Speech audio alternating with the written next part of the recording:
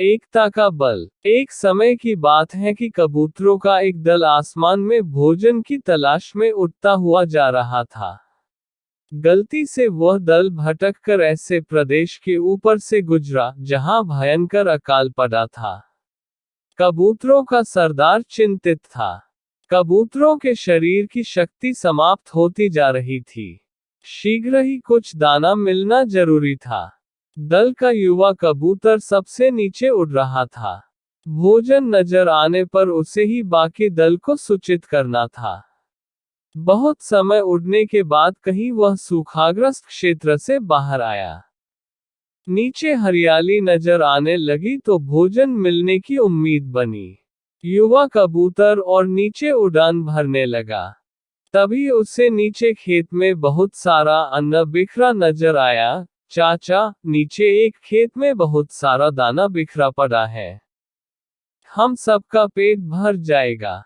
सरदार ने सूचना पाते ही कबूतरों को नीचे उतरकर खेत में बिखरा दाना चुनने का आदेश दिया।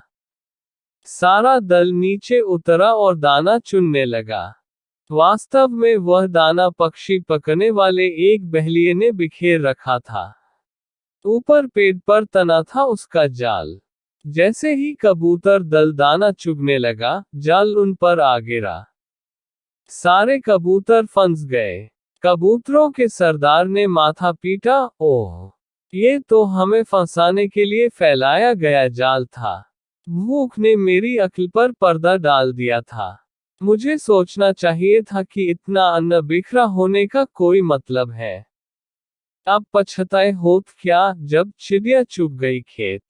एक कबूतर रोने लगा, हम सब मारे जाएंगे। बाकी कबूतर तो हिम्मत हार बैठे थे, पर सरदार गहरी सोच में डूबा था। एकाएक उसने कहा, सुनो, जाल मजबूत है ये ठीक है, पर इसमें इतनी भी शक्ति नहीं कि एकता की शक्ति को हरा सके। हम अपनी सारी शक्ति को जोड़े तो मौत के मुंह में जाने से बच सकते हैं। युवा कबूतर फफडाया, चाचा, साफ साफ बताओ तुम क्या कहना चाहते हो। जाल ने हमें तोड़ रखा है, शक्ति कैसे जोड़े। सरदार बोला, तुम सब चोंच से जाल को पकड़ो, फिर जब मैं फुर कहूं तो एक साथ जोर लगाकर उड़ना।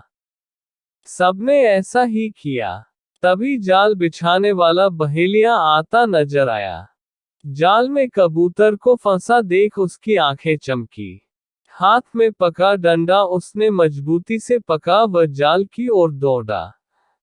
बहेलिया जाल से कुछ ही दूर था कि कबूतरों का सरदार बोला, फुर्रर्र।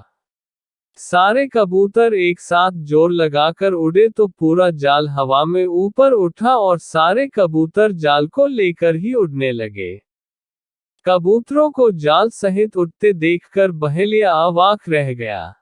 कुछ संभला तो जाल के पीछे दौड़ने लगा। कबूतर सरदार ने बहेलिये को नीचे जाल के पीछे दौड़ते पाया तो उसका इरादा समझ गया। सरदार भी जानता था कि अधिक देर तक कबूतर दल के लिए जाल सहित उड़ते रहना संभव न होगा। पर सरदार के पास इसका उपाय था। निकट ही एक पहाड़ी पर बिल बनाकर उसका एक चूहा मित्र रहता था। सरदार ने कबूतरों को तेजी से उस पहाड़ी की ओर उड़ने का आदेश दिया। पहाड़ी पर पहुंचते ही सरदार का संकेत पाकर जाल समेत कबूतर चूहे के बिल के निकट उतरे। सरदार ने मित्र चूहे को आवाज दी। सरदार ने संक्षेप में चूहे को सारी घटना बताई और जाल काटकर उन्हें आजाद करने के लिए कहा। कुछ ही देर में चूहे ने वह जाल काट दिया।